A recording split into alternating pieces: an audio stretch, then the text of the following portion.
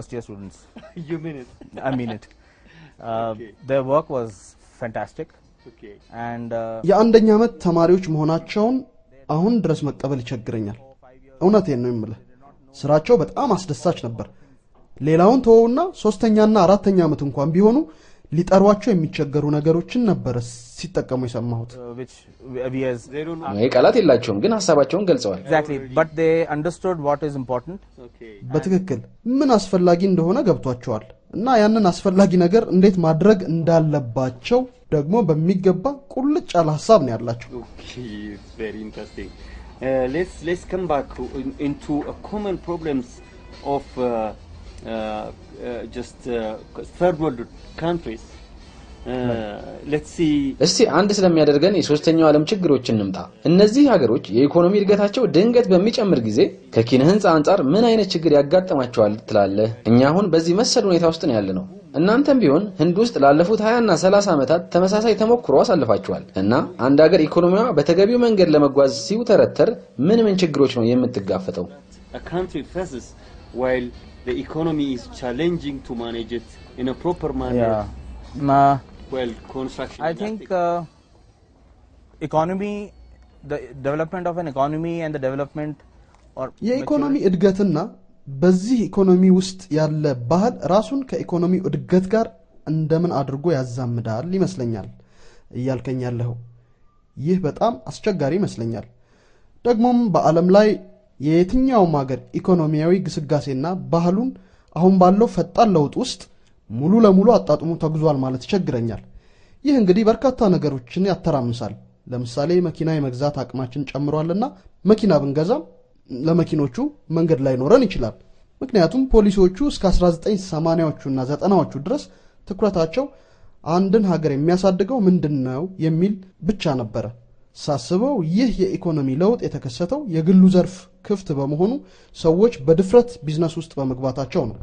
ስለዚህ ለእንዲህ ያለው ድንገተኛ የኢኮኖሚ እድገት የሚወጡ እቅዶች ሁሌም 10 ዓመታት ወደ ኋላ ይዘገያሉ። ይህም የመሰረተ ልማት ችግሮችን መጨናነቅ፣ በገጠር የሚኖሩ ሰዎች ወደ ከተማ የመምጣት ፍላጎት ማደግ ያስከትላል። ምናልባት በድርቅ ምክንያት ወይም ብዙ ቤተሰብ በመኖሩ ምክንያት አለዚያም ደግሞ የሚታረስ መሬት አነስተኛ በመሆኑ ሰዎችን ወደ ከተማ ሊያመጣቸው የሚችል ምክንያት ይበራከታል። ይህ ሁሉ ታሳቢ መሆን አለበት። So all these things are there. Actually, what would politicians challenge you in your opinion be?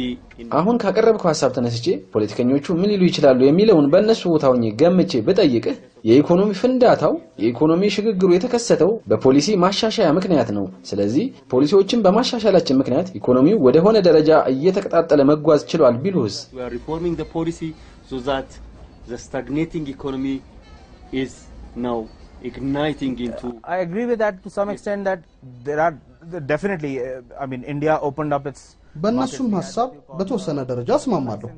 በእርግጠኝነት ህንድም ብትሆን ገበያዋን ክፍት ያደረገችው ለማንኛውም ንግድ ነፃ ፈቃድ የሚሰጥ ፖሊሲ ካወጣች በኋላ ነው። መሰረታዊ ፖሊሲ ለውጥ በእርግጥም ትርጉም ያለው ለውጥ ያስከትላል። ነገር ግን መጨረሻ የታለመው ግብ ላይ ለመድረስ የዜጎች ኃላፊነት ወሳኝ ይመስለኛል። የመንግስታቱም እንዳለመታደል ሆኖ ወደፊት መገስገሱን እንወድና ከኋላ አንጠባጥበን የምናስቀራቸው አስፈላጊ ነገሮች ይቀራሉ። ውድ መኪና ገዝቶ ለመንገዶች ታክስ አልከፍልም ማለት አይነት ነው። እኔ ለዚህ ሙግት ብቁ ባልሆንም ጉዳዩን ለፖለቲከኞቹ እንተውላቸውና ፕላንን በተመለከተ ግን በእርግጠኝነት የምናገረው አሁን ከሚያስፈልገን ነገር አንፃር ካየነው ፕላኒንግ በ20 እና በ30 ዓመታት ወደ ኋላ ይቀር ይመስላል። Okay. What about let's talk about architecture and development in third world countries. እስኪ ስለ አርኪቴክቸርና ልማት እናውራ። በሶስተኛው ዓለም ሀገራት ገና ከስርዓተ ትምህርት ቀረጻው ሲጀምር በአብዛኛው ከምዕራብ ሀገራት የተቀዳና እነሱ የራሳቸውን ችግር ለመፍታት የቀረጿቸውን እኛ ቀጥታ እንቀበላለን። ይህ ነገር በህንድም ተመሳሳይ ነው ወይስ? Of course they developed these curriculums and we are importing them. This is our problem. Was it the same in India? In architecture, in schooling, of course, our system is, in India at least, is very similar to what is there in. በትምህርት በኩል ካየነው ያለው ስርዓት በአብዛኛው በእንግሊዝ ሀገር ካለው ጋር ተመሳሳይ ነው። ምክንያቱም በዚህ ሀገር እስከ ቅርብ ጊዜ ድረስ በመኖራቸው ምክንያት ነው። ከእንግሊዝ የትምህርት ስርዓት ጋር በጣም የተመሳሰለ ስርዓት ነው ያለን። ነገር ግን በአርኪቴክቸር በኩል ትምህርት ቤቶቹ የራሳቸውን ስርዓተ ትምህርት ይቀርጻሉ። ባለፉት ዓመታትና ለመጪዎችም ዓመታት ጭምር ብዙዎቹ የህንድ አርኪቴክቸር ትምህርት ቤቶች ባህላዊ ወይም አገር በቀል አርኪቴክቸር ላይ የተመሰረተ ትምህርት እየሰጡ ይገኛሉ። ይህ አይነቱ አርኪቴክቸር ዋጋ ቆጣቢና ዘላቂነት ያለው ነው። አሁን ማድረግ ያለብን የዝቅተኛ ዋጋ መጠንና ዘላቂነት ብቻ በቂ አይደለም። ለምን ካልክ ዓለም አቀፍ ደረጃ የተሰጣቸው የኪነ ህንፃ መለኪያዎች በአብዛኛው ከምዕራቡ ዓለም የተወሰዱ ናቸው። ስለዚህ የራሳችንን መለኪያ በማውጣት ለዝቅተኛ ዋጋ ቤቶችና ለዘላቂ ኪነ ህንፃ ደረጃ ልንሰጠው ይገባል። Now, how do you express the Indian way of addressing these issues? Affordability, sustainability. ስለ ተመጣጣኝነትና ዘላቂነትን በተመለከተ የህንዶችን ልምድ ንገረኝ። ይህን የምልህ በእኛ ሀገር በተለይም በቤቶች ዙሪያ ዝቅተኛ ዋጋ ያለው ቤትና ዘለቄታዊነትን በተመለከተ አንዳንድ ችግሮች አሉብንና ልምድህን ብታካፍለን ይጠቅመናል ብዬ ነው። ወይም በህንድ የቤቶች ችግርን ለመፍታት ምን ያህል የመፍትሄ አይነቶች አሏችሁ? Approach do you have in solving housing problems in India? The problems are very similar that you have here probably. Yes.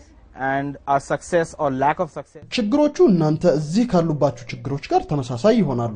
ስኬቶቻችንና ውድቀቶቻችንም ከናንተ የሚለዩ አይሆኑም።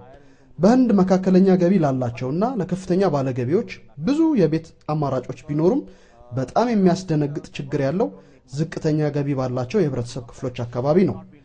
የግሉ ዘርፍ ብዙ ገንዘብ መስራት ስለሚፈልግ ለነዚህ አይነቶቹ ግንባታዎች ያለው ፍላጎት ዝቅተኛ ነው። መንግስታችን ደግሞ በሚሊዮን የሚቆጠሩ ቤቶችን ለመገንባት አቅም የለውም። ስለዚህ ያደረግነው ምንድነው? የቤትን መሰረታዊ ግንባታ ዋጋ ማውረድ። ብዙ ሰዎች በዚህ በኩል ብዙ ጥረት አድርገዋል። On local Sort of works.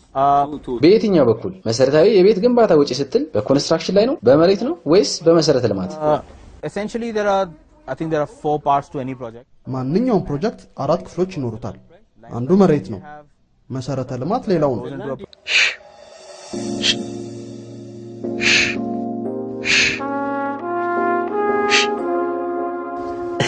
ላግዝሽ የኔ ቆንጆ።